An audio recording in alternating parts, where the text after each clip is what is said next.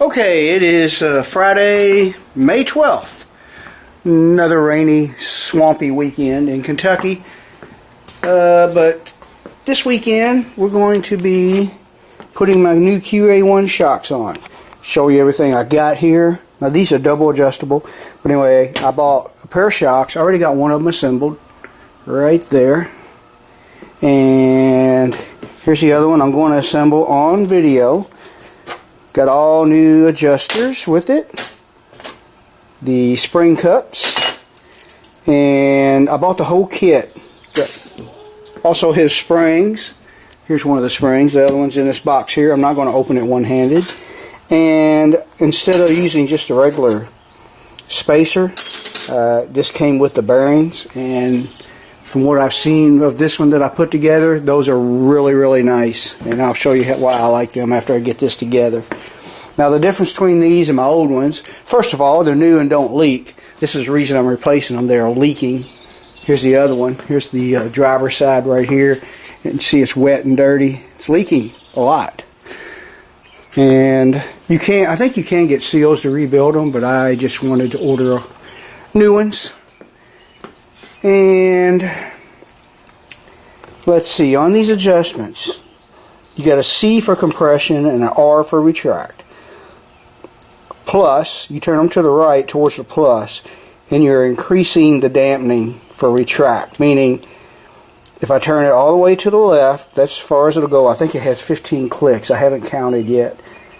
But we can do that right now. Let's see. 1, 2, 3, 4, 5, 6, 7, 8, 9, 10, 11, 12, 13. I'm not going. 13. Okay.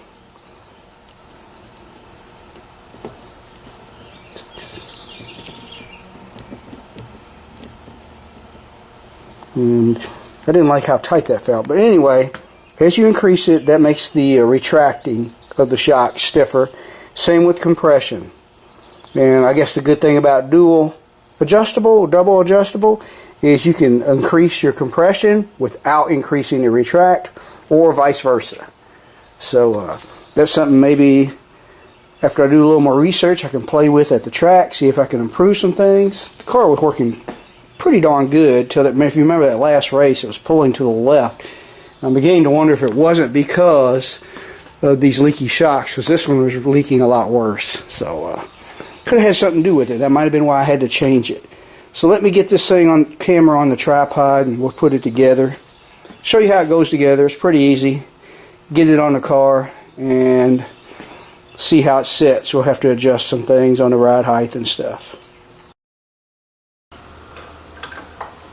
We'll do the springs and cups first. A little rag on there to protect my new shocks. Now, let's see. Adjusting cup goes on first. Get the sticker off here. That would not be good.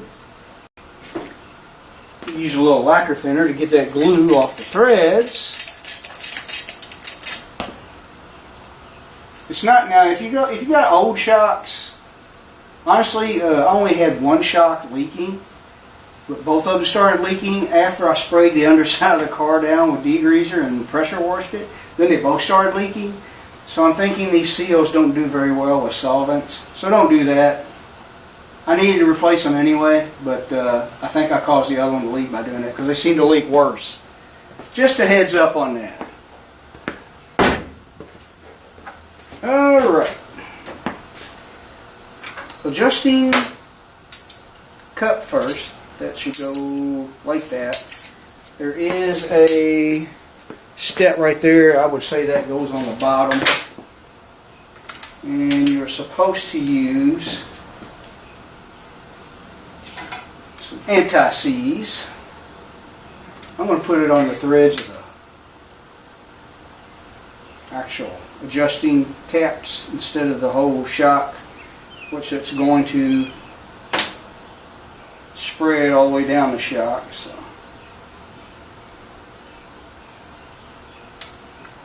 we'll do that.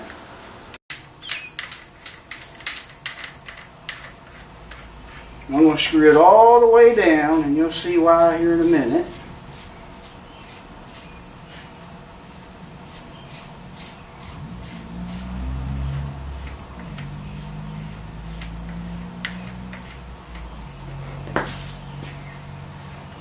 Yeah, I'm going to go ahead and put more antices on this too.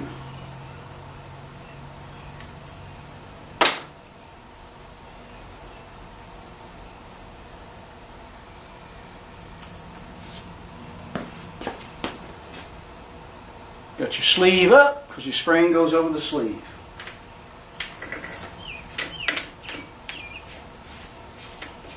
Go all the way down. Okay, now we want to put our bearing on.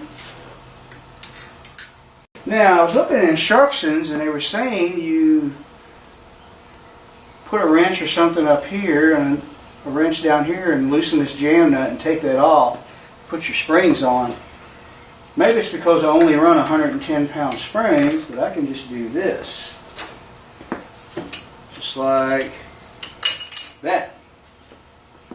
Then I adjust them up. And here is where I like the bearing. After I get a little tension on there, it just works. It just screws up there really smooth. The old ones with just the spacer and no bearing, it's hard to turn, kind of hard to be precise in how much you turn it. The spanner wrenches they give me, they came with the kit. They're okay. Maybe I just haven't gotten the hang of them. I got some homemade ones that wrap around here and hook in the teeth. I don't know if they fit these. They probably do. I think they're the same as the old ones. Now I'm going to measure my old compressed height. That may be changed after it's on a car, and I'll explain why. I'm getting 11 3/16, so that's what we're going to for now. Measure to the bottom of the spring. I've got a little bit more than a ½ inch to go here.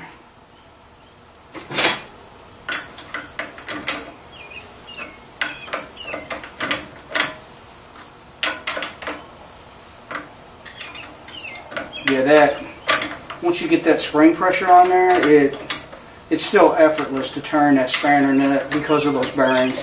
They're worth the extra money, and they're not that much. I forgot what they were if you buy them separate. I bought this whole deal as a kit. Okay, I've got about a 1/16 more to go. Basically what I'm doing is I'm going with the same compressed height as my old ones. And more important than having the same compressed height is having, now this left side was adjusted slightly tighter than the right side because that kept my car from pulling to the left a little bit. Actually, it was pulling to the left quite a bit when I got it out of whack. If you remember my last racing video, but I got that straightened out. It doesn't take but a half a turn can make a big difference in how straight your car goes. I need to go back down a little bit.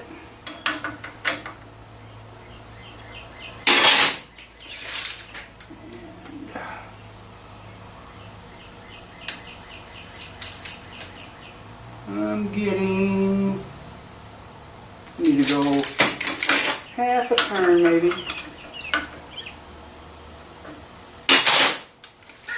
I don't know if I went that far.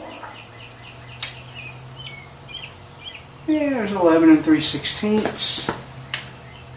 Check that one again.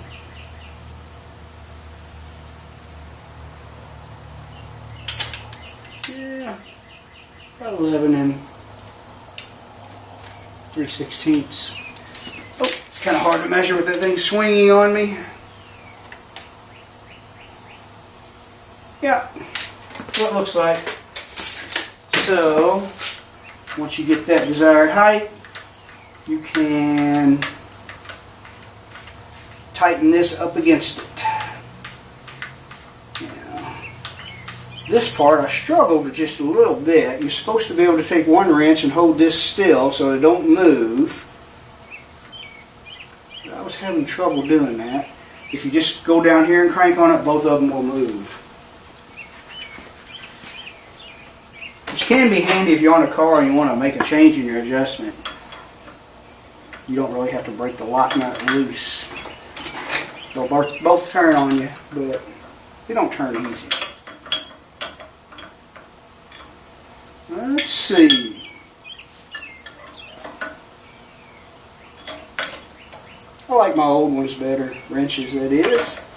I moved it.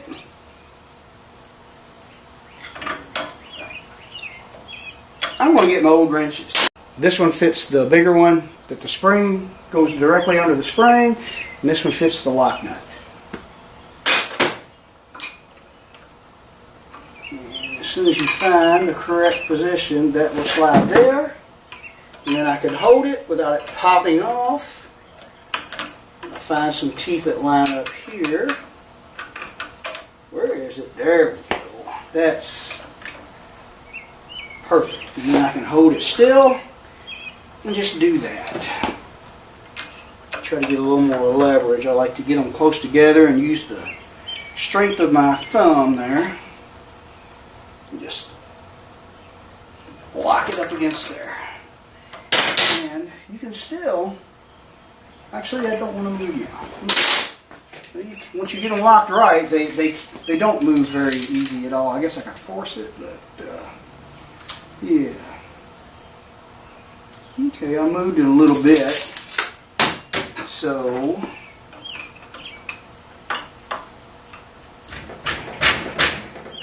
ow, we need a hammer. Oh no, there's no bead on it.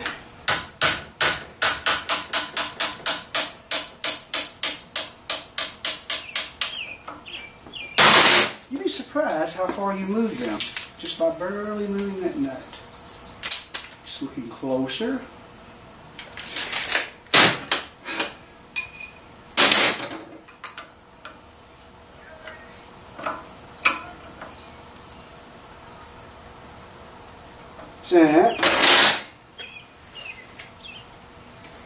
Heard somebody someone here's hollering for a dog. My neighbor's dog got out. Not really my neighbor, people that live behind me in the subdivision. Their dog got out and my dog didn't like it. I had to help him catch it.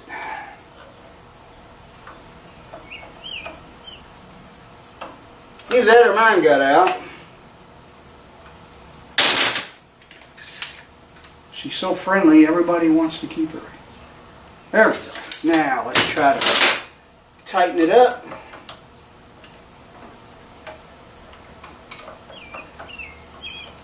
Get on there. These are, I still like my homemade wrenches better than those others. These are great. Alright, I need to hold that. And,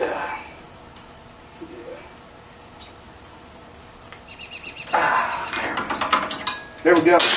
And that's all there is to the springs.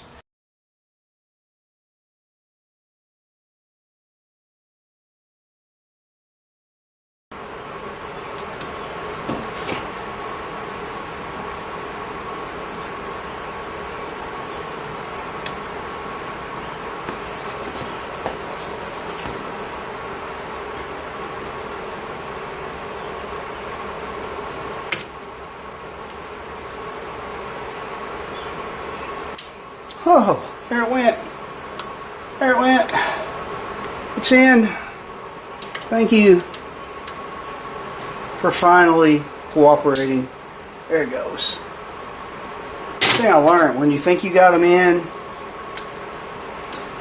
push them in and out a little bit. They'll snap in deeper. I don't know why they're that way. Maybe they're a severely tight fit in that groove. I don't know. Width-wise, I'm not sure. Okay, another good thing about this bearing, you can spin all that around and it moves effortlessly. There we go. Now,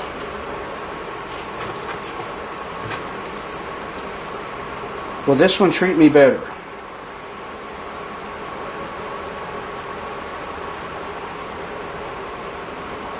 It might be a little easier just because I got a bearing. I spoke too soon. I was getting ready to say because of the bearing is keeping me from shoving it in there too deep. But we'll see. the snap. I am going to look up a better set of snap ring pliers. I will spend good money after this on some too. There we go. That wasn't as bad because the bearing is already in there. Ah, did you hear that? It's in. There's one. You get the gist of it. I'm not going to film the other because that's going to take some serious editing. I've got to edit out cussing and screaming and crying and beating my head on the table. And no, I'm just joking. But anyway, I'm going to flip it over and do the other one.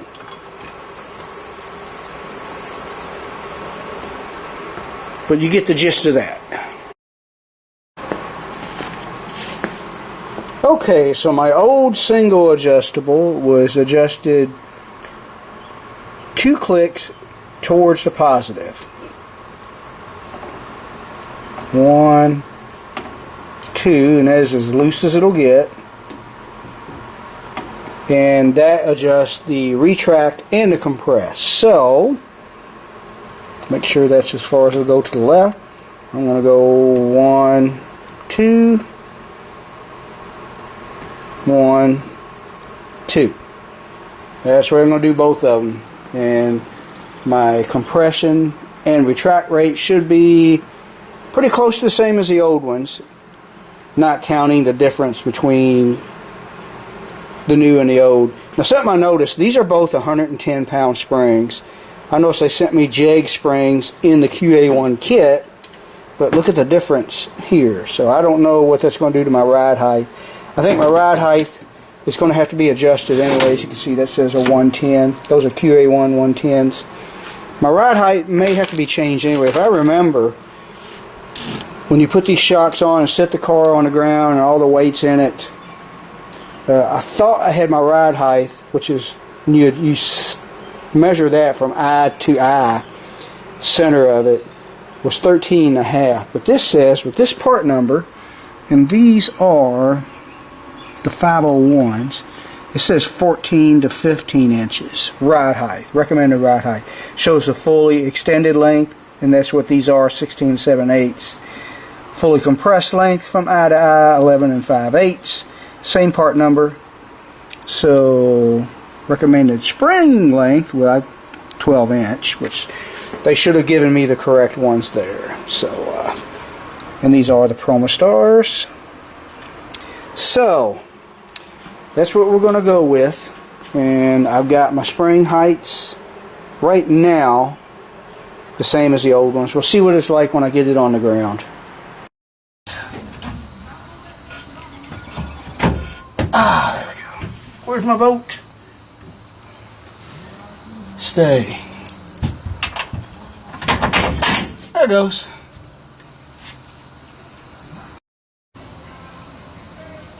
Uh-oh, I got it turned around the wrong way. But watch this. That's why I love that thrust bearing in there. I'm going to have to jack the car up a little bit to get these lined up with the bottom hose.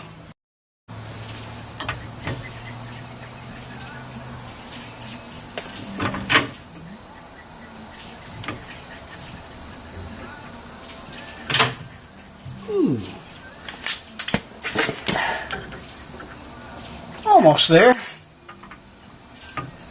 I gotta get a new jack too. I bought some fluid for this one thinking it was low. I filled it up and it got worse. It's supposed to be the right fluid, but I think it's time for a new one. I think I've had this since the 90s. Who says Harbor Freight don't last? Alright. There's that.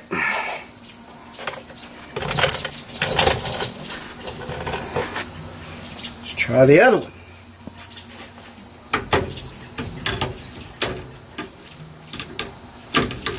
Now this one, for some reason, is a tighter squeeze in there.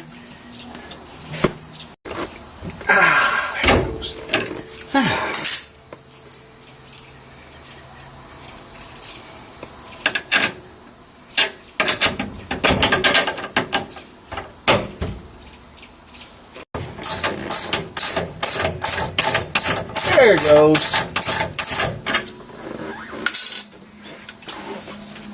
Where's my nut? Right here.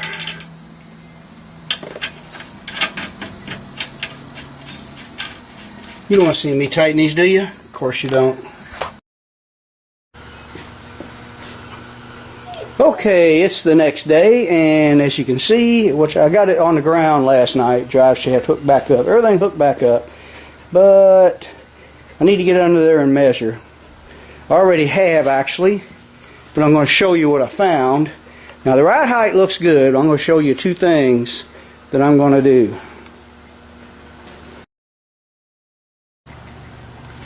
Okay, like I said, the ride height looks good from the outside, but my distance from eye to eye, which is supposed to be anywhere from 14 to 15, that's what they recommend for this shop, is 13. I'm getting about 13 and 5/8.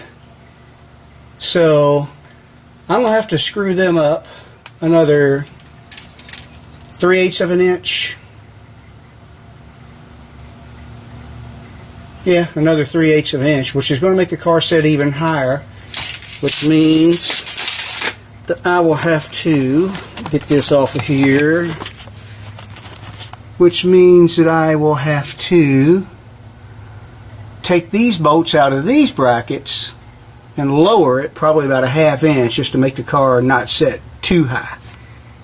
And something else I seen, I think I'm going to take these shocks back off and put my old springs back on it.